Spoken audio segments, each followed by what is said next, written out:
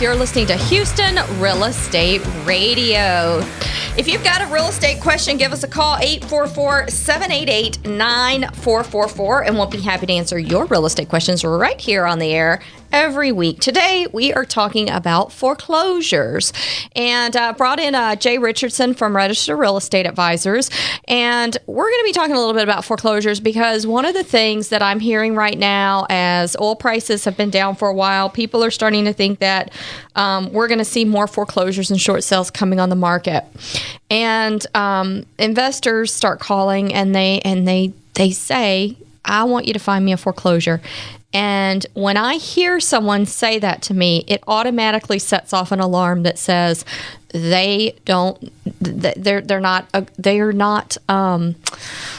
just not savvy on what's going on with the market. They're not savvy on foreclosures, because the thing is, in my opinion, if you want to be an investor, you want to find the best deal out there. It doesn't matter if it's a foreclosure or a short sale or owned by someone who's relocating or owned by someone who just wants to get rid of it. It doesn't matter. You want the best deal. You want the best deal. You want your agent to find you the best deal for what you're looking for, not necessarily a foreclosure. And for some reason, people think of foreclosures with investment properties, and that is not always the best deal out there. So, Jay Richardson, you've been selling foreclosures a very, very, very, very, very long time.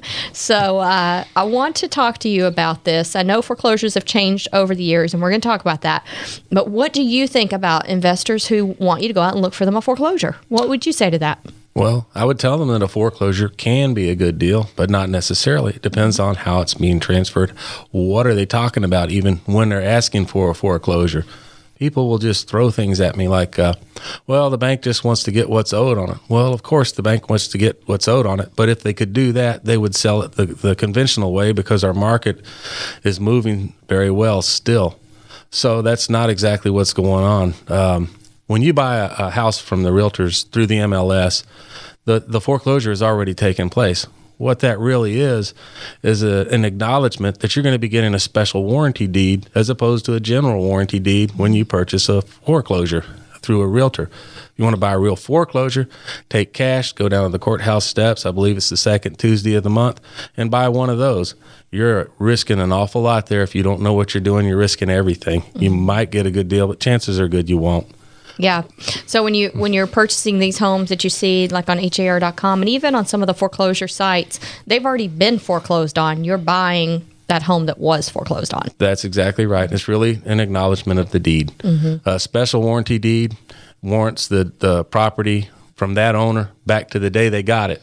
It doesn't go back to sovereignty of the soil or anything like that. And when you buy a home like that, you're not going to get a seller's disclosure. So you're not going to know anything about the property that you're buying. Of course, you can go get inspections, but you're still not going to know what's hidden behind the walls necessarily. And there's still going to be a lot of history you don't know about the property. That's right. No seller's disclosure. As is, where is, with all its faults. That's what you get when you purchase a foreclosure. Something that's happened since I first started is the short sales. Those are relatively new. The short sale is where the bank agrees to take less than is offered on it. Is owed on it. So what you end up with is a chance to get an inspection. You're buying it from the seller along with the bank, the people that live in it. So things are a little bit more favorable there for purchasing. What's not favorable about those is the long time it takes to get the things closed. If you're in a hurry, a short sale is a good thing to avoid. Yeah, I've seen short sales go on for 2 years. Yeah. That's not good for the buyer. I have personal experience with 6 months, and that was plenty. Yeah, the quickest I think I've ever seen one close was 6 months. 90 days. 90 days. So let's talk about, as far as a foreclosure being a good deal, you said it can be a good deal. When you're out showing people homes that have been foreclosed on, what do you look for to know whether it's a good deal or not? Well, when I'm showing people homes, if a foreclosure shows up in their parameters, well, certainly I'm going to show it to them, and I'm going to explain to them the same thing. It's as is, where is, with all its faults. You don't get a seller's disclosure. Most of the time you can run inspections. In some cases, the banks or whoever owns them will fix them up a little bit. Sometimes you can get special loans that help you along. It really depends on the house. Is the house what you're looking for? then let's make an effort to get it. If it's not, it's just going to look for a foreclosure for the sake of getting a great deal.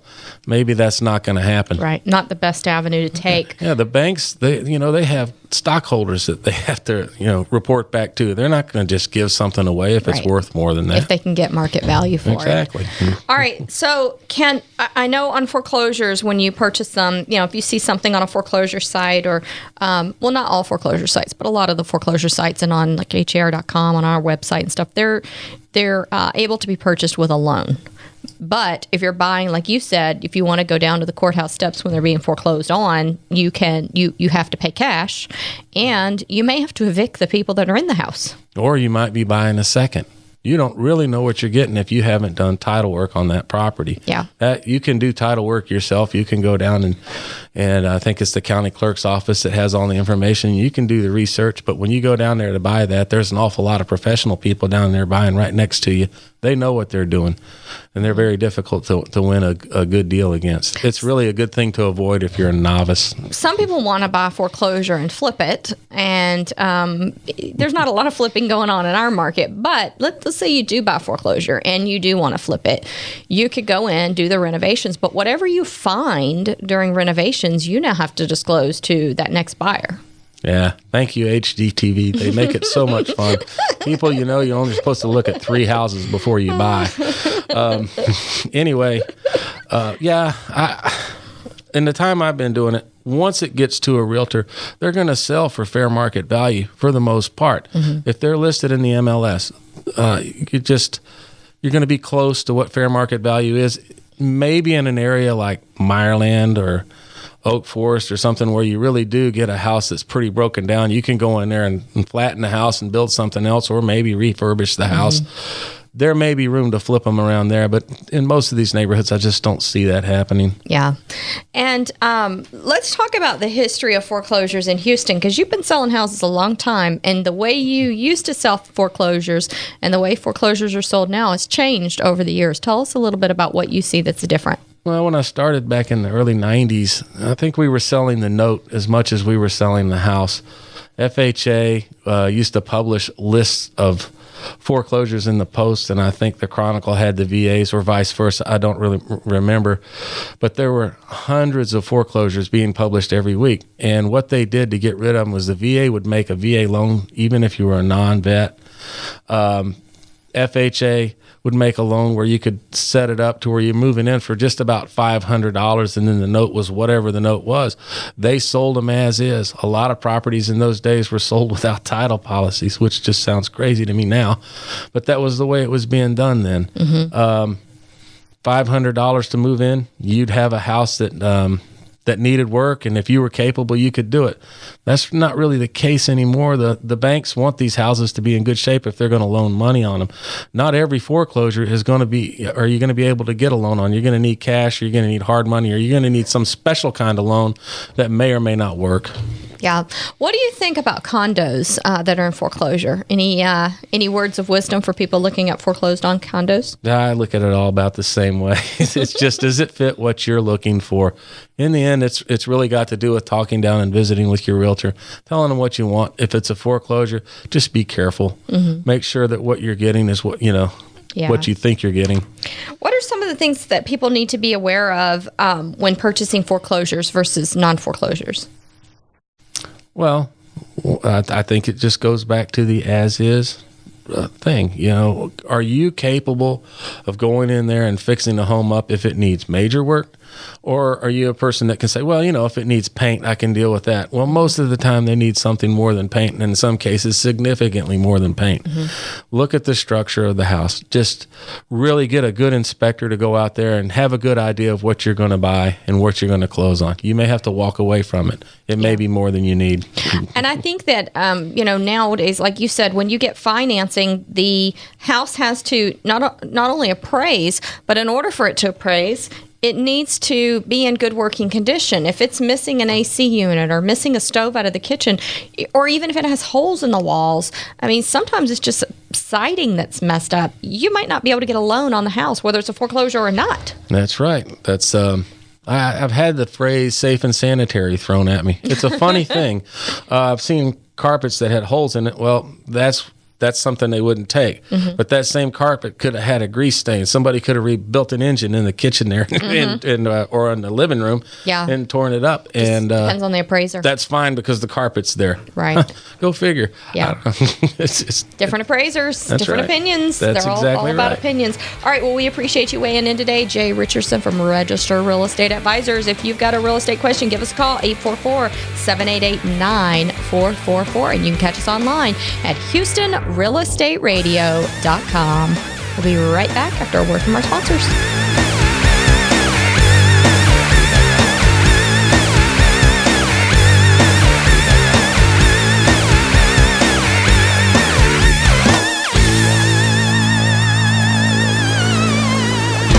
RREA Media has an exciting new product available to companies and organizations who are teaching classes and want to offer those classes online.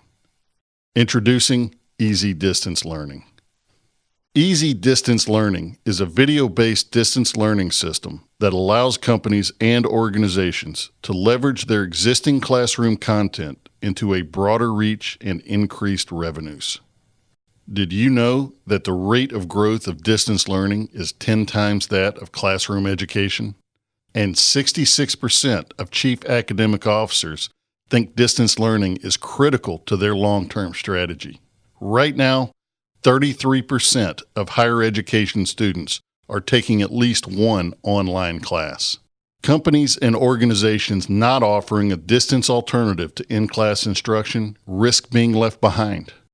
Video-based distance learning has three basic components: classroom capture, post-production, and content distribution. Easy Distance Learning is a comprehensive and modular system that covers all three components that can help your organization with what you are missing in offering a quality and convenient online learning experience. You choose the parts you need help with. Easy Distance Learning offers another revenue stream, a broader reach of your existing content, and a professional presentation with a great learner experience. Contact us today for a free estimate and see how Easy Distance Learning can take your company or organization to the next level.